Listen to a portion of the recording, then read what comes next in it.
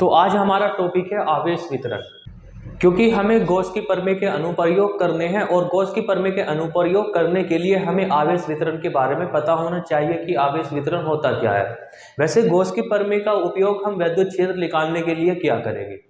अब हम ये जानते हैं कि एक बिंदु आवेश के कारण जो विद्युत क्षेत्र हुआ करता है, ये आपका एक बिंदु आवेश है और इससे r दूरी पर जो विद्युत क्षेत्र होता है उसकी वैल्यू होती है E बराबर 1/4 pi epsilon not Q upon r square.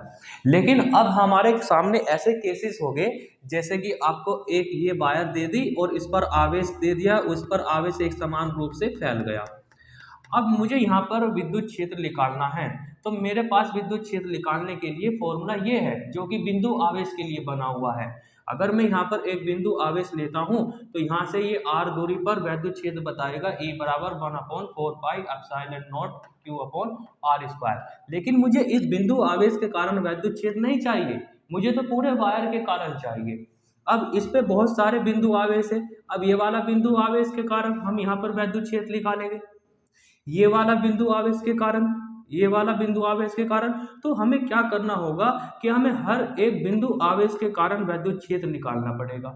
हर बिंदु आवेश की दूरी अलग है, इसकी दूरी अलग है, इसकी दूरी अलग है, इसकी दूरी अलग है। तो दूरी अलग अलग होने की वजह से यहाँ पर आपको अलग अलग विद्युत क्षेत्र मिलेगा और वो भी अलग अलग दिशाओं में होगा। कोई इस दिशा में होगा, कोई इस दिशा में होगा, कोई इस दिशा में होगा और फिर उन सबको ऐड करना रहेगा। और ऐड करना भी आसान काम नहीं है क्योंकि विद्युत क्षेत्र में एक दिशा होती है, तो दिशा को देखते हुए हमें ऐड करना रहता है विद्युत क्षेत्र को। तो ऐसे केसेस में विद्युत क्षेत्र को निकालना थोड़ा डिफिकल्ट हो जाएगा, इसलिए हमें गॉस की प्रमेय पढ़नी पड़ती है। फिर गॉस की प्रमेय बताती है कि ऐसे वायर में, ऐसे केसेस में आप विद्युत क्षेत्र कैसे निकालोगे। सेम ऐसे ही ऐसे चादर मिल जाएगी आपको, ठीक है। ये बिंदु आवेश, इस पे एक समान रूप से आवेश वितरण है। अब इससे r दूरी पर बताइए विद्युत क्षेत्र कितना होगा। जैसे कि ये सामने आपके एक चादर हो गई इस तरीके से, तो यहाँ से आपको विद्युत क्षेत्र बताना है। तो यहाँ विद्युत क्षेत्र बताने के लिए हमारे पास तो फॉर्मूला है ही नहीं, हमारे पास तो सिर्फ बिंदु आवेश के कारण है और ये बिंदु आवेश नहीं है, ये बहुत सारा आवेश है, एक समान रूप से फैला हुआ है। तो गॉस की प्रमेय के अनुप्रयोग में हम निकालना सीखेंगे कि किस तरीके से चादर के कारण, वायर के कारण, गोले के कारण कैसे विद्युत क्षेत्र निकालते हैं। लेकिन उसको स्टडी करने से पहले हमें आवेश वितरण के बारे में पता होना चाहिए कि आवेश वितरण कैसे फैलता है, कैसे होता है। तो आइए आवेश वितरण के बारे में मैं आपको बताता हूँ। और आवेश वितरण आपका 3 प्रकार का होता है। उनमें से एक तो ये है कि अगर हम किसी वायर को आवेश दे देते हैं, ये अब आपके पास एक वायर है, बहुत बारीक सा तार है, तो इस पर आवेश एक समान रूप से ऐसे फैल जाएगा, ठीक है, और ये वायर आपको मिल जाएगी। अब इस वायर के कारण आपको विद्युत क्षेत्र बताना रहेगा।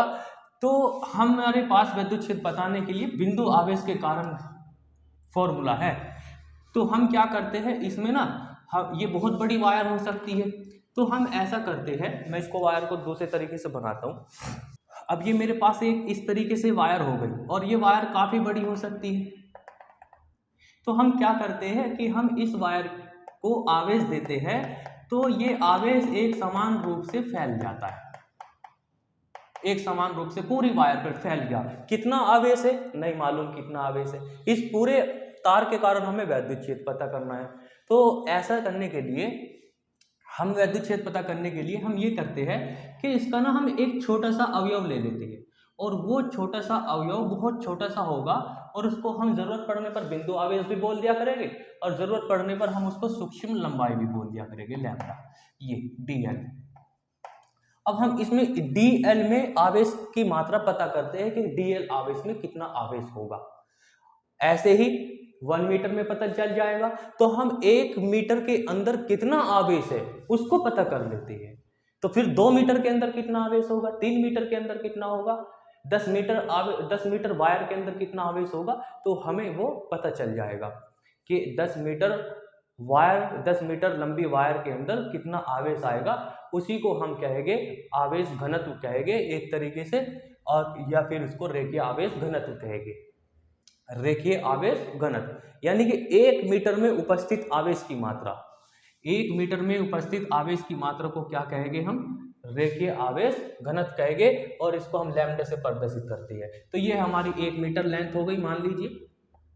ये भाई आपका एल लेंथ में क्यू आवेश है, मान लीजिए ये लेंथ पूरी टोटल एल है, तो एल लेंथ में कितना आवेश है क्यू, तो इसलिए 1 मीटर में कितना आवेश आ जाएगा, 1 मीटर में आ जाएगा क्यू अपॉन एल, ये अपॉन में चला जाएगा, यहाँ पर 1 बचेगा।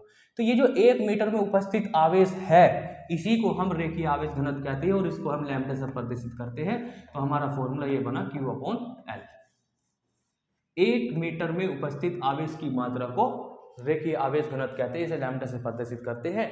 और इसका मात्रक जो बनेगा आपका मात्रक होगा इसका कूलाम पर मीटर, ऊपर वाले का कूलाम और नीचे वाले का मीटर, तो ये हो जाएगा कूलाम मीटर।